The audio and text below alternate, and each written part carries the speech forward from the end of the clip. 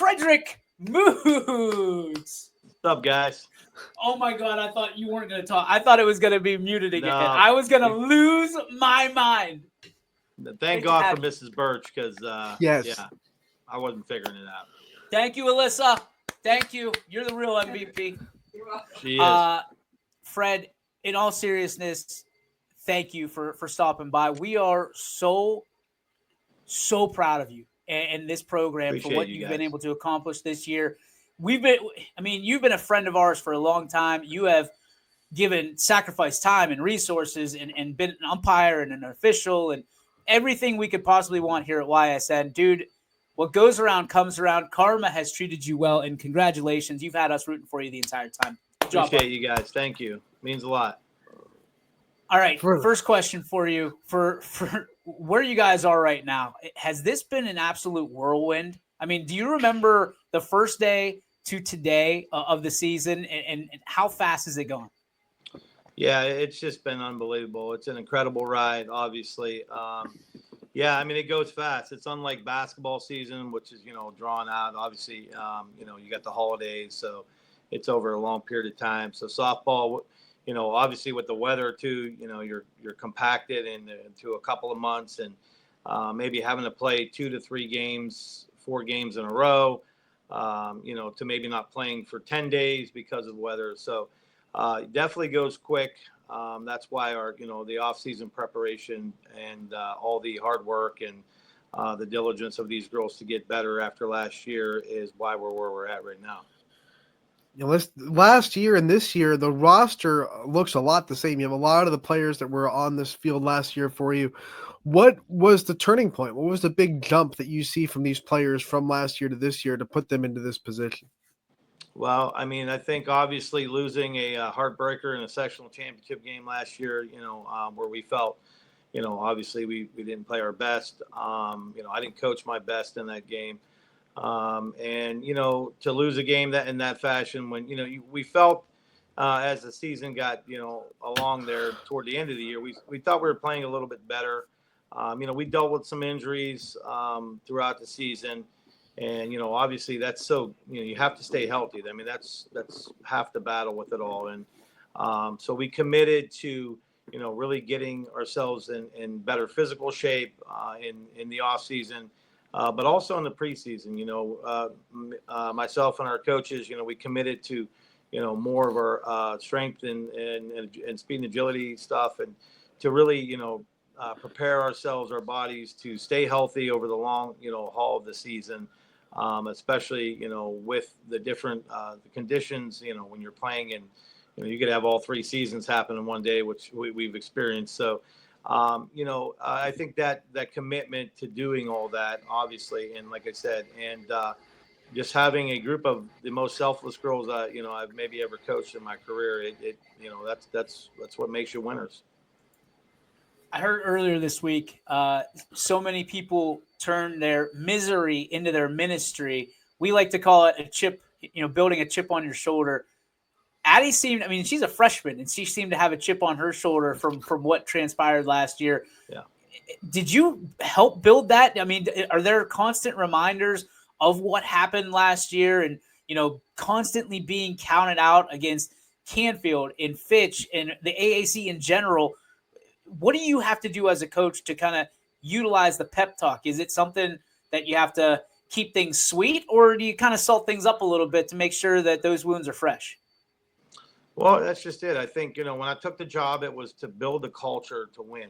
When I came in, it was, at the end of a rough year. It was, my daughter's senior year. They won 7 games. And virtually a lot of the same girls that were on that team came back. And, it was really just to, make them feel like, hey, look, you we can win. We can do this stuff. This isn't, we don't have to be second fiddle to everybody else in our conference or this area, that we've got to get back to believing in the fact that we can be winners here, that we can compete for a league championship, we can compete for a district championship, and obviously, like I said, that the winning mentality is one thing, but to believe that, look, you have to be, and I know it sounds cliche to say, to be a good teammate, to give me 110% on the field, and to care for each other, but we really preach that. We especially with this group, we really challenge them. We've challenged them for 3 years in a row with schedules that, a lot of other schools maybe not would not take on. And, we knew that they had the mental toughness and the ability to be able to be challenged and play these teams. And this was only going to make them not only better softball players, each year, but, obviously better people down the road. I asked you this in your post-game interview after the regional championship, but especially in the last 3 games of this tournament run, we've seen Tori Strides reach a level that is, state caliber level. She's gotten you to this point. He's only allowed 1 run in 3 games in the regionals and the district championship. What has kind of put her on this kind of streak where she is just pitching out of her mind good right now? I mean, Tori's just basically, she committed to put this team on her back, and that's what she's done in the circle. And, there's just, ice water in her veins. I mean, when she goes out there, she just has a very unbelievable calm to her, and she's just able to go out and, and throw. And when she's throwing her best, I mean, she's unhittable. She's one of the best around, if not the best around. And, she's just committed to, really saying, hey, look, we know we have something special here. We're not going to waste this opportunity. I'm going to go out and do every single thing I can. I'm never going to leave anything, but, I'm going to give everything I have and leave it all out there on the field. And she's committed to doing that, not only in the circle, but as a leader. We are the regional semi. We didn't maybe play our best defense, but, when I went out, Tori was the first one to get them together and say, look, we're good, and that's what she's done. I mean, Tori has been that constant leader, obviously, and with these other seniors, my other 4 seniors, along with Tori, they've just been unbelievable leaders. Like I said, they all care more for each other's success than they do their own, and they're willing to, sacrifice whatever it may be, whether it's an at-bat, whether it's, an inning, whether it's a game. They're willing to sacrifice that for the betterment of the team. Freddie, you've been in big games before. You've officiated, you've coached, you've been in them, I'm sure, as a player as well. And every step of the way, every rung of that ladder gets a little bit more narrow and narrow. The lights get brighter and brighter. How do you make sure that the lights aren't too bright as you head into basically a 2-game playoff here to end the season? Well, we just, like I tell them, in my opinion, call me biased, they're the best team in the state, and I've told them that. And they've gone out and they've done every single thing I have asked from them and then some. Whatever big game, whatever big moment, when we had the, we lost the game to Canfield at home, I told them everything's in front of us. The tournament's still in front of us. The conference is still in front of us. We can go to, we can feel sorry for this loss, or we can go to Canfield and we can take care of business, and we can snatch the conference from them and, and share it with Fitch. The tournament, we can do what we did last year, feel sorry. And that we didn't, the way it ended last year, and maybe not come out and play our best softball, and, or we can go on a run. And, to say I've slept a lot before these games, I'd be lying. But I mean, obviously, I know as a leader of this team, I know that each moment and where we're at right now, obviously it does become more pressure packed, but I have the squad, like I said, that we've put them to the test over the years and these last few years, and they're ready for this moment. They've been ready for this moment. And I know they'll be ready for the moment on Friday as well. This was a talking point in yesterday's show, the gap between your regional final and the state semis. It's from Saturday to Friday. It was scheduled for Friday to Friday. Which side of the fence are you on? I mean, do you like the time off to kind of get into practice and fine tune things, or would you ideally rather to play sooner rather than later to keep the momentum going? Which side of the fence or do you fall on? Well, yeah, I mean, I think you'd rather, shorten the gap a little bit. I don't really love the entire week, but ironically enough, every time we're set to play, district championship game pushed to the next day, regional final push. So, we've experienced this already through the tournament, so maybe there's a reason for it. But, we picked up a game for tomorrow against a really good Riverside team who's obviously in the Final Four as well. We went up and played them. Great guys, great coaches. So, Iron sharpens iron. We always said that. Bill Ross, he's the head coach up there, does an amazing job. When we talked when we went up there, he had actually said after our game, I think we'll be playing each other before the state final. And, you hear him say that, but that was the belief that not only did he have in his team, but he had in ours as well. So, but as far as the week, yeah, it's a long week, and, we got to keep them fresh. But, obviously, and like you said, we're going to fine tune some things. We're working out on our turf because obviously we're playing on turf this week. So, we wanted to get that feel under, as well. Because, I think we've played only one game this year on turf. That was obviously at Austintown. So, yeah, it's tough. You want to get right back at it. But you know what? It is what it is. Everyone's doing the same thing. So, no excuses. When you hear Addy Rudge and the likes of your players talk about you being so deserving of the accolades here as you, of course, the coach of the year in the AAC, and I'm sure just a wild guess here, Freddie, a lot more accolades coming in as the season wears down. What does that mean to you to know that your girls believe in you as much as you believe in them? It means everything. It's they're the best group I've ever coached. I've had some amazing kids I've coached, like I said, over the years. Don't get me wrong. There's so many, and I love these kids like they're my own kids. And to hear that from your kids, it knows that it means that you're doing the right things, and that's what I strive to do in this job. It is wins and losses are great, and obviously you strive to win a championship, but my goal is when I'm done with all this is that 20 years down the line, they still call me and they talk to me, and that we knew that we left some lasting impression on them. And is it always rainbows and butterflies? No, it's not. And we all know that. And they kids deal with things on a daily basis as well as adults, and some days we're not we don't have our best days, but we're really tight, and we know that if something's on your mind, feel free to come and talk to one of us. And I have an amazing staff of coaches. It's not just me. This run has very little to do with me. I have a great support staff at home. I have a great support staff in my dugout, and it's like each one of these coaches, they bring a little different thing to the table for these girls, and it works so perfectly. Coach, you say you love these kids like their own, but you get to coach with literally your own. And Paige, Yeah. What's it been like to share that with her and to be able to have someone that you can even go home with and share the giddiness of going to state? It's everything, man. And she was a heck of a player, and to be able to see her give back now because she was just an unbelievable teammate.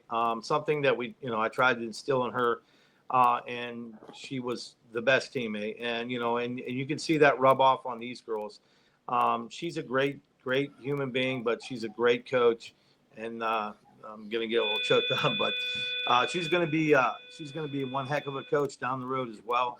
She is already, and and it's everything to be able to coach with her, and like I said, see her give back to these girls and they mean a lot. They mean everything to her too. Trust me.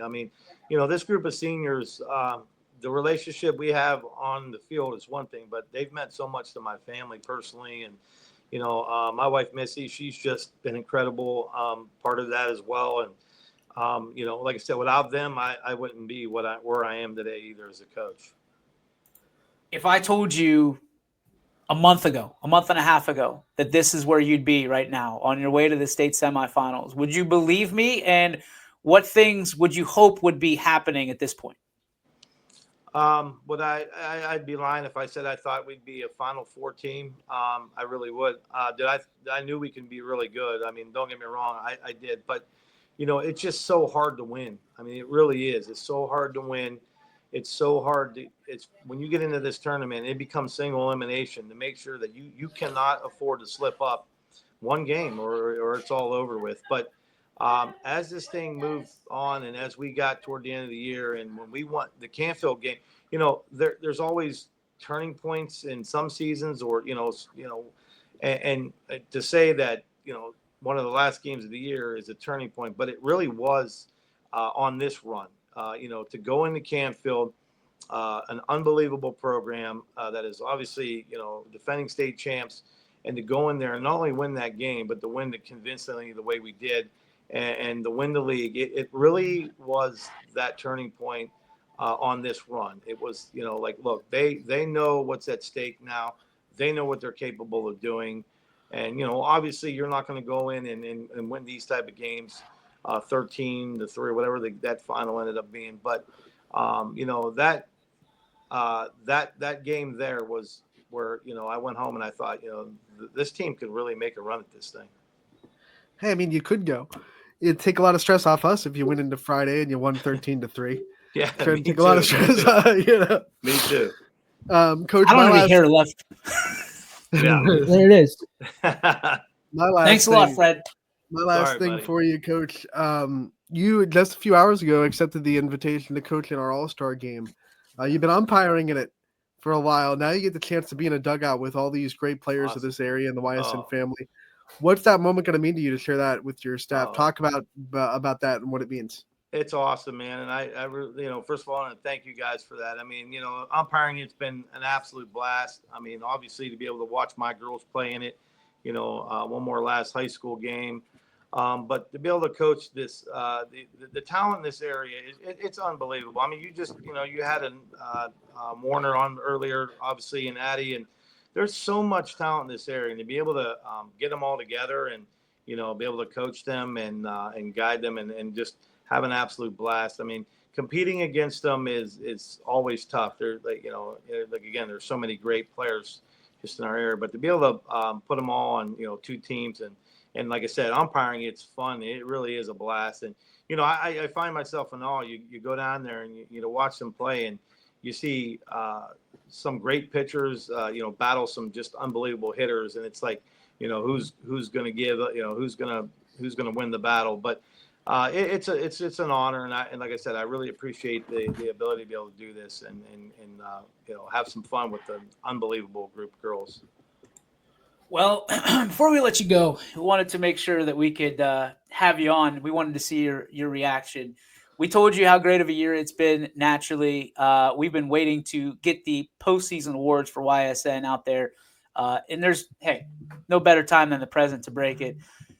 Congratulations to the YSN Softball Coach of the Year in 2025 from your Boardman Spartans, Mr. Fred Mootz. Dude, again, we can't tell you. This was a unanimous decision across the board, and with so many great coaches in this area. For you, what does that mean? And who do you point to as someone who's led you in this direction to be a coach in the first place and to be able to pass on the great knowledge, wisdom, humor, and this beautiful game of softball like you've done? First of all, thank you guys. And it is an honor to know that, your peers obviously, mean that, you're doing things the right way. And, obviously winning coach of the year in the AAC was unbelievable as well. To know that some of the best athletic directors we have in the area were, willing to, put me up for that as well. It's just a true honor. And like I said, I mean, it's, if I have to point to somebody in particular, was Marco Marinucci, our old AD. When I got into this, when Paige started playing, I watched Marco carry himself as not only as a coach, but as a mentor, as an administrator, as a teacher, and he was amazing. And he kind of got me started in coaching, and I really, it took off from there. I mean, we coached together. We had a blast coaching travel ball together. At the time, we had started the Still Valley Storm as a feeder program for Boardman, and which is now the Athletics. But so Marco really got me involved in it, and then he ultimately became our athletic director, and and enjoying a much deserved retirement now. But and then Mike Trell, obviously, who my daughter played for. Mike is an amazing guy. Mark, an amazing coach. Mike was just a guy that had also given back even after he was done coaching. When Mike wasn't able to coach anymore, and I took the job, I was actually going to come on with Mike as an assistant, but then Mike couldn't take the job anymore. But he also carried on, and continue to coach travel ball with our girls, you know, to make our girls better. And, you know, there's so mmany other guys, you know, George Trevecki with our off-season program, Ralph Rivera, who helped with our Storm teams, Anthony Hartwig, another guy. You know, listen, you know, it definitely, it takes a village. You know, this isn't, like I said, I'm a very minimal part of building what we've built here. And it takes a village. It truly does. And I appreciate all these guys and all the men, the women that have helped me along the way and to become where I'm at right now. I'm just glad you didn't get up on a podium and say, "This one's for John." No, I won't be doing that. Thank you. Hey, go Broncos, right? Something like Yeah, that. that's right. My second passion in the world besides here we go. Freddie, we can't thank you enough, man. Congratulations on all your success. It has been our absolute honor, privilege, and pleasure to cover you and the Boardman Spartans this year. And we're not done yet, pal. We're following you the rest of the way, and we cannot wait to root for you here later this week. You know, if you need anything, you can always come to us. But ladies and gentlemen, Coach of the Year and Coach of the Year in the AAC and YSN, ladies and gentlemen, state semifinalist. Let's go, baby. Mootz. 2 more. Thank you, Freddie. Appreciate you, buddy. Appreciate you guys as always. Thank you. You got it, buddy. Take care. Good luck. Thanks.